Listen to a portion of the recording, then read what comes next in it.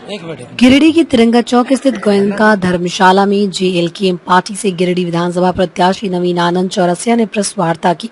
इस अवसर पर उन्होंने गिरिडीह विधायक और पूर्व के विधायक पर जमकर निशाना साधा। सबसे पहले इन्होंने गिरिडीह विधानसभा के प्रत्याशी बनाए जाने पर पार्टी प्रमुख जयराम महतो के प्रति आभार व्यक्त किया। नवीन आनंद चौरसिया ने कहा कि गिरिडीह में बड़े बड़े शिलान्यास के बोर्ड लगाकर जनता को लुभाने का प्रयास किया गया। कहा गया कि शिलान्यास होने के बाद एक भी कार्यों का उद्घाटन नहीं किया गया। कहा कि वादे बहुत बड़े बड़े किए जाते हैं पर विकास गिरिडीह में न के बराबर है। कहा कि लोगों को योजनाओं का सपना दिखाया जाता है लेकिन उसे पूरा नहीं किया जाता, इसलिए जनता परिवर्तन चाह रही है। नवीन आनंद चौरसिया ने कहा कि जिस उद्देश्य के साथ गिरिडीह में विकास होना चाहिए वो नहीं हो पाया। स्थानीय मुद्दे पर बात नहीं होती। 70 से 80% राज्य के लोगों को अन्य राज्यों में रोजगार दिया जा रहा है लेकिन झारखंड में वो नहीं है।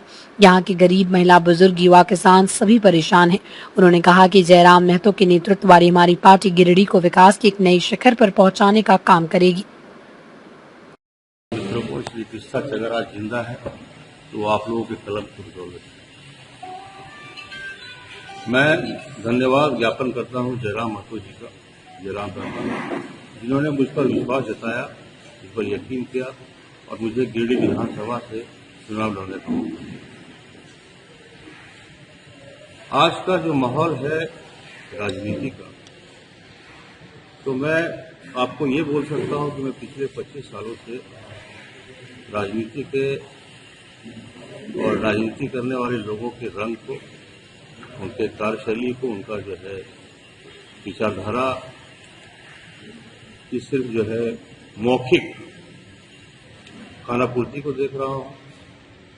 हमारे झारखंड का स्थापना 24 साल का काल एक लंबा समय का हो गया, लेकिन जो वादे और जिन कस्मों के साथ झारखंड की स्थापना हुई, जो विचारधारा के तहत स्थापना हुई, वो सारे सपने, वो सारे वादे आज भी ताक पे रखे हुए हैं। वो सपने आज भी पूरे नहीं हुए। हमारे जो भी तथाकथित विधायक रहे हैं पूर्व में, वर्तमान में, उन लोगों ने सिर्फ योजनाओं का सपना दिखाया है। मुझे याद है कि 5 साल पहले वर्तमान विधायक एक हफ्ता के अंदर गिरिडीह स्टेशन पहुंचे थे और उन्होंने अंटा बंगला से झरिया गादी तक का पुल निर्माण का वादा किया था। शिलान्यास हुई है और वो आज भी जाकर देख लीजिए, वहां पर एक जो है गड्ढा भी नहीं हुआ, एक पिलर भी नहीं पड़ा। सवाल ये है कि बड़े बड़े सपने दिखाने का जो सिलसिला है वो बंद होना चाहिए और यहाँ के जो स्थानीय मुद्दे हैं, हमारे जो है जिला के, हमारा विधानसभा जो है गिरिडीह का, या हमारे स्टेट झारखंड का जो मुख्य मुद्दे हैं वो हमारे जो है प्राइम मुद्दे हैं। पानी, आप गली गली को, आप गिरिडीह के हर गली और हर मोहल्ला का विजिट कीजिए, महिलाओं से मिलिए, वहाँ की जनता से मिलिए, सड़कों को देखिए और मोहल्ले में फैले गंदगी को देखिए। नगर पालिका का जो कार्यशैली है उस पर गौर कीजिए।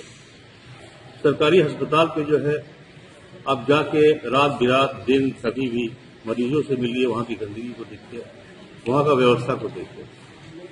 आज के दिन में अगर संज्ञान में जिला प्रशासन को डाला जाता है कि भाई ये प्रॉब्लम है, ये मरीज है, मर जाएगा, सीएस को जो है संज्ञान में डाला जाता है, क्या कार्रवाई होती है?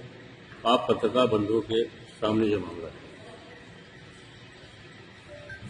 मुख्य बातें अगर मैं बोलूं तो मैं विगत 25 साल से 5 विधायक को देखा हूं और लक्ष्यदार बातों का जमाना चला गया, वादों का जमाना चला गया। फ्रंट लाइन पे आके सारी समस्याओं को सुलझाने का वक्त आ गया। मेरी पार्टी की जो जेएलके की जो विचारधारा है और जो वादे हैं और जो मुद्दे हैं, मैं उनको अक्षरशः फॉलो करूंगा। स्थानीय मुद्दा है युवाओं का पलायन का, और हमारे राज्य में पूरे राष्ट्र की खनिज की आवश्यकता जो है, जो पूर्ति है, 45% खरीद की पूर्ति हमारा झारखंड करता है, लेकिन आज भी झारखंड बेहाल है। यहाँ के नवयुवक को सरकार ने आज तक जो है एक मापदंड तय नहीं किया है कि हम 70% या 80% यहाँ के स्थानीय लोगों को नौकरी देंगे। आप अन्य राज्यों में देख लीजिए, 70%, 80%, 90% तक का आरक्षण जो है स्थानीय लोगों का हो चुका है। कहना यह है कि भाई आपको अपने पॉकेट गर्म करने के लिए राजनीति में आने की जरूरत नहीं है, अपने निजी स्वार्थ के लिए राजनीति में आने की जरूरत नहीं है। अगर आप जनता के बीच रह के सालों साल 5 साल बिता देते हैं और अभी 1 महीना लगभग बाकी है, आप बताइए कि भाई कौन सा योजना का जो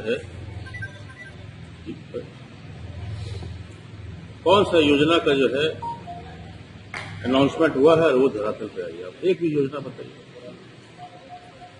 आज यहाँ पर जो स्थानीय मुद्दे हैं, उन मुद्दों के मामले में आप सोचिए, आप पानी के मामले को सॉल्व कीजिए, आप जो है जितने सड़कें हैं उसको सॉल्व कीजिए, बेरोजगारी के बारे में सोचिए, अस्पताल। ये मुख्य रूप से जो 28 तारीख को हम लोग नॉमिनेशन करने जा रहे हैं और जो हमारे प्रत्याशी जो कड़ी प्रतिस्पर्धा के बाद जो चुन के जो हमारे प्रत्याशी आए हैं नवीन आनंद चौरसिया जी के लिए हम लोग ये आज कॉन्फ्रेंस बुलाए हैं। और चूंकि अब चुनाव नजदीक आ चुका है और हम लोगों को रण क्षेत्र में उतरना है, एक तरफ धनबल है, एक तरफ बाहुबल है और हम लोगों के पास सिर्फ और सिर्फ जयराम मातो का विचारधारा है, सोच है, जो झारखंडियत के आधार पर चलते हैं। आप लोग देख रहे हैं कि 5 साल पहले जो जनता के साथ धोखा हुआ था, जो शोषण का इतिहास चालू हुआ था, जब सरकार को हम लोगों ने कहीं न कहीं सपोर्ट किया था और वो अपने वादों पे खरी नहीं उतरी थी, चाहे वो गैरमजरूआ जमीन को रजिस्ट्री का मामला हो या फिर छात्रों को अधिकार देने का बात हो, नौकरी देने का बात हो या समाज के अंतिम पायदान पर बैठे हुए व्यक्ति की आवाज बनने की बात हो। सभी विषयों में सरकार जो है फेल हो चुकी है। अब ये सरकार आतंक के रास्ते पर जाती है, भय के रास्ते पर जाती है, सामंतवाद के रास्ते पर जाती है, जिसका हम लोग कड़ा विरोध करते हैं। और इस सरकार को उखाड़ कर फेंकने के लिए हमारे टाइगर जयराम मातो ने कमर कस ली है और उसी के एक सिपाही के रूप में यहाँ नवीन आनंद चौरसिया जी मौजूद है और हम लोग की पूरी जिला कमेटी इनका समर्थन करते हैं। चूंकि हम लोग देख रहे हैं कि 5 साल में अगर किसी का विकास हुआ है तो वो सिर्फ और सिर्फ नेताओं का विकास हुआ है, पदाधिकारियों का विकास हुआ है या फिर उनके कार्यकर्ताओं का विकास हुआ है। और जितनी जनता जो 5 साल पहले भूखे पेट खाना भी खा रही थी, जो आत्मसम्मान के साथ जीवन भी जी रही थी, आज उनका आत्मसम्मान के साथ जीवन भी जीना जो दुभर हो चुका है, क्योंकि कहीं ना कहीं इसमें अनाधिकारिक रूप से प्रशासनिक अमला शामिल है। अगर कोई व्यक्ति स्वतंत्र रूप से राजनीति करता है तो उसे प्रेशर पॉलिटिक्स डाला जाता है, उसे थाना की राजनीति से घेरा जाता है, उसे FIR के धौस पर धमकाया जाता है और उसको कहीं ना कहीं अपने पार्टी में शामिल किया जाता है। तो ये हम बता देना चाहते हैं जेवीएम सरकार को कि आप कितना भी अत्याचार कर लीजिए, अन्याय कर लीजिए, शोषण कर लीजिए, शोषण के खिलाफ हम लोग आवाज बुलंद करेंगे, क्योंकि शोषण को सहने का हमारे पूर्वजों का एक इतिहास रहा है। उस इतिहास से हम लोग पीछे नहीं भागेंगे और ना हम लोग शोषण को भूलेंगे, ना हम लोग गरीबी को भूलेंगे, ना हम लोग शोषित वंचित पीड़ित लोगों को भूलेंगे। हम आगे बढ़ेंगे और इस गिरिडीह विधानसभा से भी जेवीएम सरकार को, जेवीएम विधायक को, जेवीएम के कैंडिडेट को 3 नंबर में भेजने का प्रयास करेंगे। और हम लोग चाहेंगे कि इस विधानसभा को जीत के हम लोग विधानसभा जाएं और सरकार समाज के अंतिम पायदान के व्यक्ति की आवाज बने। हमारा यही मोटो है।